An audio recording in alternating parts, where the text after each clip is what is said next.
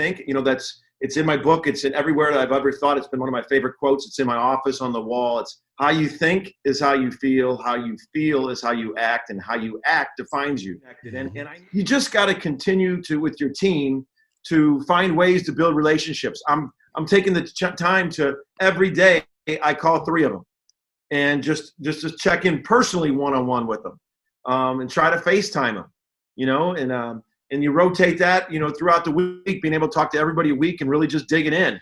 What are you doing with your siblings? And I'm talking to them about spending time with their siblings and what do you guys do as a family, and just to get to know them better. When we get to the other side of this situation we're in, right? When we get to the other side, what you're doing right now is going to determine what you look like, right? And what skills all of a sudden you sharpen, and what skills you develop.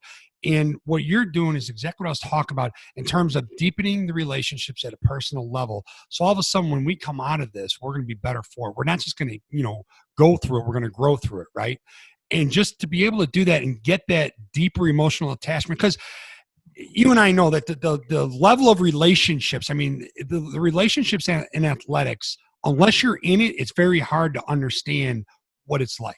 The highs are higher, the lows are lower. And for you to take it to the next level in a time when supposedly we were not being able to do that, I think is going to pay, huge dividends when this is all said and done.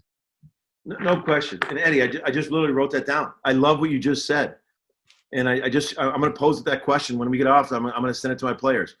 This time, are you going to go through it, or are you going to grow through it? Mm-hmm. But then I got approached after my journey with the Loyola Jesuit Press, and they just talked about my journey. And I was like, man, who the hell is going to want to read my book? Right. And then talking with John Gordon and Kevin Eastman, I think that was something that, it gave me some confidence to do it.